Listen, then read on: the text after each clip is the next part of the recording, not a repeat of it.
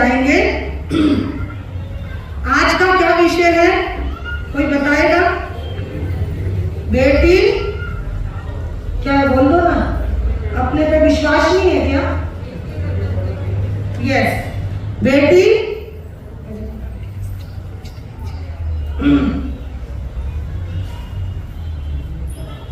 किसके पास बेटियां हैं? हाथ ऊपर करो। Very good. बेटी क्या होती है? एक बेटी गोद में मुस्कुरा रही है, अपना नाम सुन के। बेटी एक विश्वास है, बेटी एक विश्वास है। किसका? किसका? माता पिता का। बेटी एक विश्वास है, एक सम्मान है, प्रेम है। बेटी एक श्रद्धा है। क्या है? श्रद्धा है। बेटी नहीं तो ये संसार नहीं, है ना? बेटी नहीं तो संसार नहीं। बेटियां नहीं होती तो महावीर भी नहीं होते। बेटियां नहीं होती तो महावीर भी नहीं होते। बेटियां नहीं होती तो राम भी नहीं होते। बेटियां नहीं होती तो आनंद भगवान भी नहीं होते। एक महिला की वजह से एक महामानव पैदा होता है। एक स्त्री की वजह से एक महापुरुष पैदा होता है।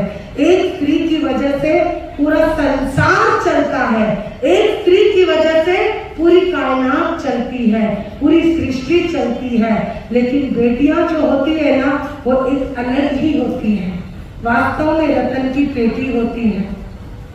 और आपको बता दूं, जिस समय जन्म होता है ना, उस समय से लेकर जीवन के अंत तक बेटी बेटी होती है। सबसे कोमल अगर एक रिश्ता है, सबसे प्यारा अगर संसार में एक रिश्ता है, तो वो किसका है? बेटी का। जन्म से लेकर बुढ़ापे तक बेटी को सबसे पहले कौन चाहिए? पिता चाहिए। कौन चाहिए? पिता चाहिए। आपको मालूम है, जब वो पैदा होती है ना, पैदा होने से लेकर बुढ़ापे के अंत तक, चाहे पति कितना प्यार करे, ससुराल में कितना प्यार मिले, लेकिन हर बात में कौन याद आता है? पिता याद आता है। कौन याद आता है? पिता याद आता है। बताओ क्यों? क्यों याद आता है पिता? तुम तो बता सकते हो, मेरा तो पिता है नहीं। चलो,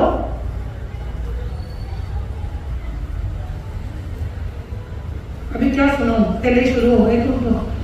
जिसके पास पिता होता है उसे पिता की कदर ना भी हो, लेकिन जिसके पास पिता नहीं होता उसको पिता की कदर होती है। क्योंकि बेटियां बेटियां होती हैं। क्योंकि बेटियां बेटियां होती है। जिस समय बेटी पैदा होती है, उस समय बाप अपने कलेजे के टुकड़े को अपने हाथ में लेता है और सबकी नजर होती है, क्या हुआ बेटा? वो बेटी हुई, क्या हुआ? पहला क्वेश्चन होता है, क्या पैदा हुआ? अगर बेटी हुई है तो सासू माँ, अच्छा ठीक है, ठीक, बेटी हुई। माँ को भी आस होती है, लड़का हो जाए तो मेरी कदर घर में हो जाए। होती है ना, पहला लड़का हो जाए तो घर में कदर हो जाए, लेकिन लड़की हो जाए तो सबकी नजर साइड में हो जाती है। बेटा हो जाए तो कदर बढ़ जाती है, और लड़की पैदा हो जाए तो नजर साइड में हो जाती है। क्यों भाई? आपको पता है दुनिया में सबसे ज्यादा प्यार आपको कौन करता है? आपका पिता। जिस समय बेटी पैदा होती है ना, सबसे पहले अपने हाथों में लेता है और एक गुदगुदी सी आती है, मेरी बेटी पैदा हुई है, मेरे घर में लक्ष्मी आई है, मेरे घर में मेरी बेटी आ गई है, और उसे कलेजे से लगा लेता है। और जब वो धीरे धीरे धीरे धीरे ठुमक ठुमक कर चलने लगती है ना, उस समय उसको देख देख के खुश होता है। और जब वो बाहर से आता है, वो दौड़ कर जाती है, पिताजी मेरे लिए क्या लाए हो? और बाप है ना, अपने लिए कुछ नहीं लाता, लेकिन जब चलने लगता है दुकान का मंगल करके, सामने जलेबी की दुकान दिख जाए, चाहे कोई मिठाई दिख जाए, चाहे कोई छोटा सा खिलौना दिख जाए, वो ले लेता है, जाके बेटी के हाथ में रख देता है, ये ले बेटा तेरे लिए लाया हूँ। बेशक बेटे को इतना सम्मान नहीं देता, लेकिन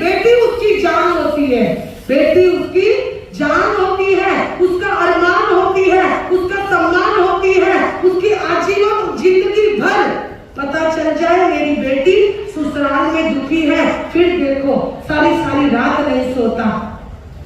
आपको मालूम है जिस समय रिश्ता हो जाता है ना, उससे लेकर शादी की विदाई तक बाप घुट घुट के रोता है, हर समय तैयारी करता है, लेकिन कोने में जाके रोता है, अब ये चली जाएगी, अब ये चली जाएगी। आपकी बेटियां भी बड़ी होने वाली हैं, उस समय समझ आता है कि जब वो जाती है दूसरे घर तो क्या फीलिंग आती है।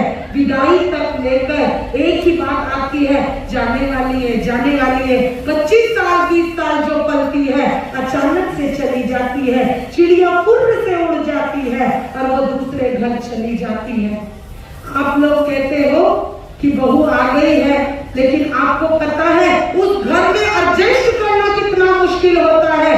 एक पिता के हाथ के नीचे ऐसी शालीनता से रहने वाली जिंदगी अचानक से दूसरे घर में जाकर कैसे अपने आप को एडजस्ट करना पड़ता है, किस तरीके से अपने आप को संभालना पड़ता है, किस तरीके से अपने आप को महसूस करना पड़ता है। बस मुझे आज ये विषय इसीलिए लाई हूँ क्योंकि बंधुओं, जब तक हमारे पिता हमारे साथ है तब तक हमारा जीवन सुरक्षित है, लेकिन वो जो बेटी होती है वो जिस जगह पर रहती है हमेशा दोनों घर की इज्जत बनाकर रखती है, दोनों घर को संभाल कर रखती है।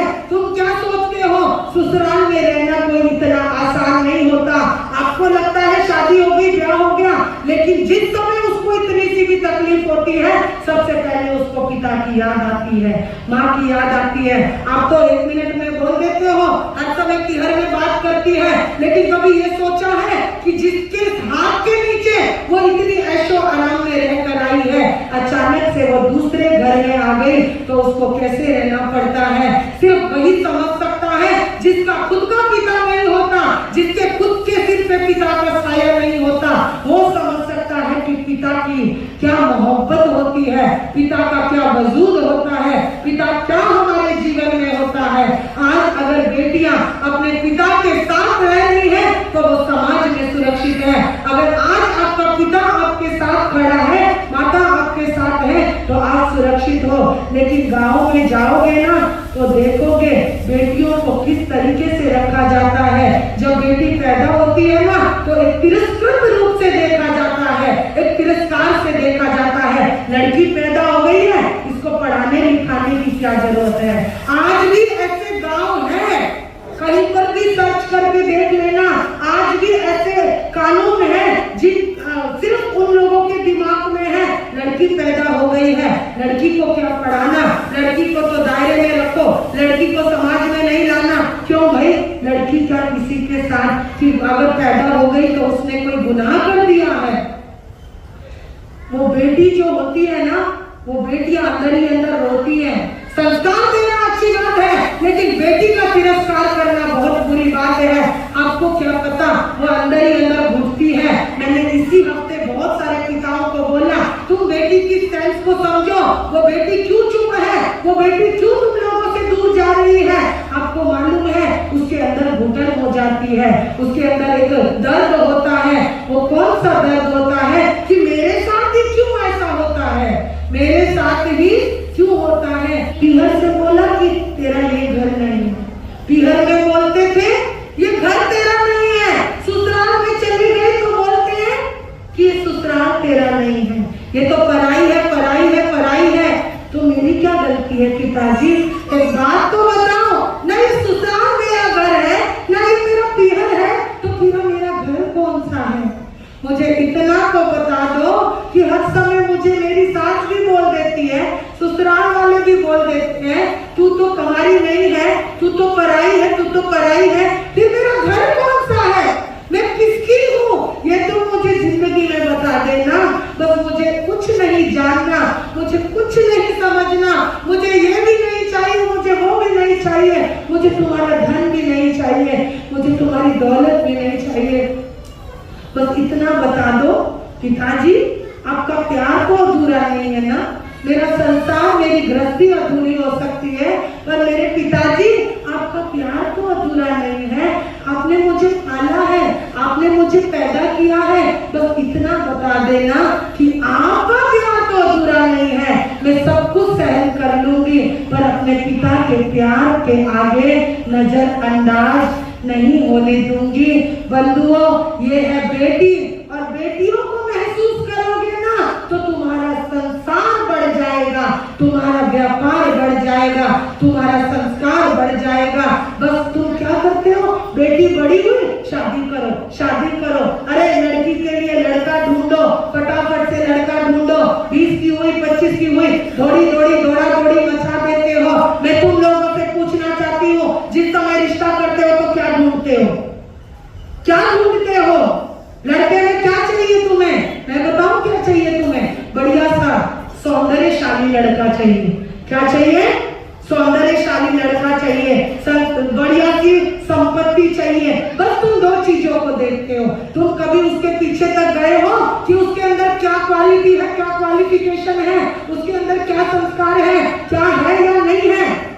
होंगे, अच्छे भी होंगे, मैं मना नहीं करती, लेकिन इस चकाचौंध में आप लोग दृष्टिहीन हो गए हो। आपको पता ही नहीं है, जो नाजुक से पाली बेटी तुम सारी जिंदगी के लिए जिसको सौंप रहे हो, उसके लिए क्या देखना है तुम्हें, क्या देखना है तुम्हें, क्या महसूस करना है तुम्हें। आज अगर यहाँ पर कोई बाप बैठे हैं जिनकी बेटियों की शादी नहीं हुई है, तो मैं उन पिताओं से कहना चाहूंगी, आज मेरी कुछ बातें अपने पल्ले गांठ बांध लेना कि जब तुम बच्ची की शादी करो तो क्या देखने जाओगे, क्या देखने जाओगे? बोलो, है आंसर? क्या बोल देखने जाओगे? है क्या? बोलो ना, शर्माते क्यों हो? बस बेटी रतन बेटी है, इसको महसूस करना। जिस समय लड़की की शादी करने जाओ, सबसे पहला एक चीज देखना, समय। क्या देखोगे? समय। किसका समय? बोलो ना। एक रिश्ता करने जाओ तो पहली बात पूछना, तू मेरी बेटी को समय देगा या नहीं?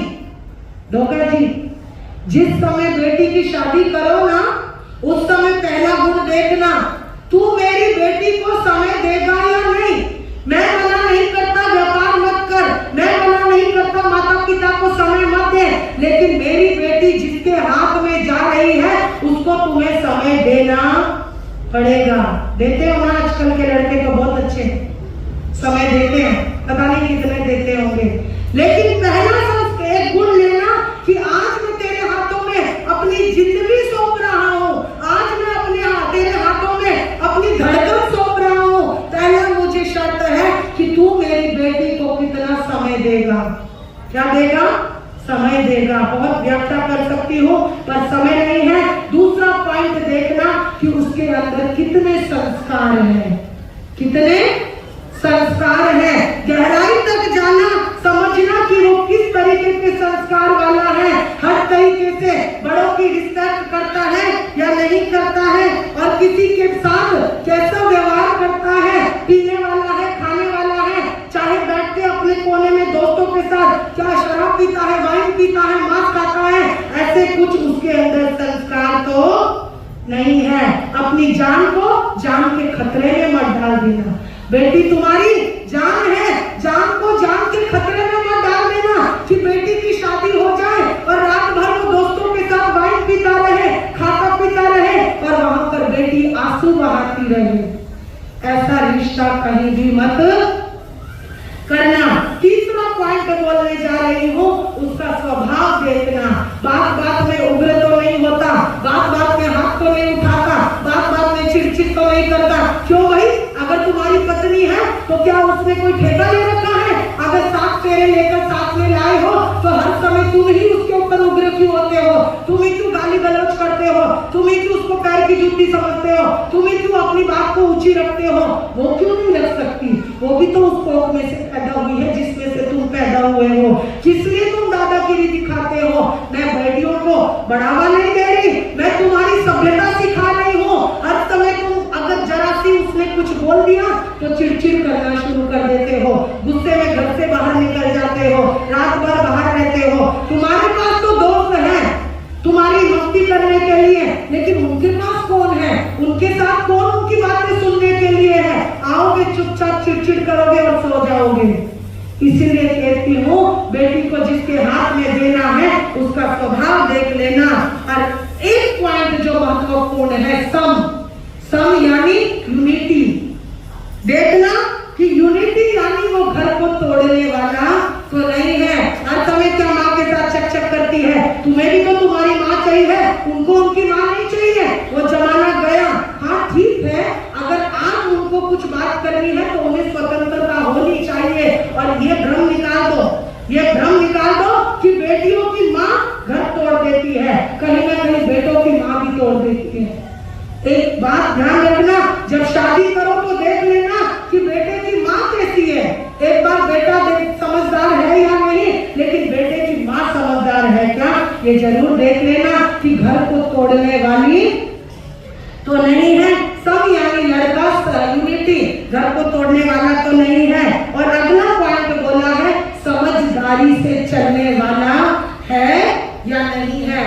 लड़के को रिश्ता लेने जा रहे हो तो वो चीजें महसूस करना, कैसी समझदारी यानी पेशेंस वाला। कैसा?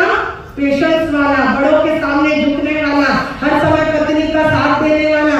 पत्नी की ये नहीं, पत्नी कहे मैं गर्भवती हो गई हूँ, मेरे साथ थोड़े 2 कदम बिताओ, अरे माँ बुरा मानेगी, बाप बुरा मानेगा। बेटी पत्नी बोले मेरे पास थोड़ी देर बैठो ना, क्यों भाई माँ बाप के पास बैठना है, दुकान पे जाना है। ये सब चीजें ना समझो की होती है, समझदारों की नहीं होती। जब तुम वो फेरे लेते हो ना अग्नि के चारों तरफ, तब बड़ी बड़ी बातें करते हो और वो बड़े बड़े 7 फेरे लेते हो और आते ही 2 महीने बाद सब भूल जाते हो। उन 7 फेरों को मैं कहती हूँ, एक बार को भगवान का नाम मत लिखना कमरे में, लेकिन 7 फेरों का नाम वो वचन जरूर लिख के रखो अपने कमरों में। एक बार महावीर का नाम मत लेना, लेकिन वो 7 फेरे तुम्हारे कमरे में दिखने चाहिए। वो वचन, जो 7 वचन तुम लेकर आए हो कि हमने अग्नि के फेरे लेते हुए अग्नि देव की साक्षी से क्या हमने वचन दिए थे, वचन लिए थे। ये होती है हमारे भीतर में सहनशीलता। और जो तुम बोल रहे थे ना कि लड़का अच्छा होना चाहिए, अब आता है वो पॉइंट कि लास्ट के पॉइंट में तुम देख सकते हो कि संपत्ति कितनी है उसके पास, वो मेरे बेटी का घर अच्छे से चलाएगा या नहीं। ये संपत्ति, ये सौंदर्य और ये सत्ता, ये तीनों पॉइंट लास्ट में आते हैं। संपत्ति अच्छी है चलेगा, लेकिन डिमांड मत करना किसी भी तरीके से। आप चाहो कि मैं इतना भरपूर दूं, मैं ये क्या है, जब आप देते हो ना तो लड़के वालों को आदत पड़ जाती है। नो कमेंट करना, किसी भी चीज को आप कमेंट मत करिए। मैं गाड़ी दूं, मैं ये दूं, बाद में दो ना। शादी के समय अगर आप थोड़ा सा भी उसकी खुशी के लिए दे दो तो बहुत है। एक शादी के समय और एक रक्षाबंधन के समय लेने देने की प्रथा बंद होनी चाहिए। बंधुओं, जिस समय तुम राखी में वो बड़े बड़े नोट ले लेते हो ना, ऐसा लगता है मुझे तो राखी वसूल होगी।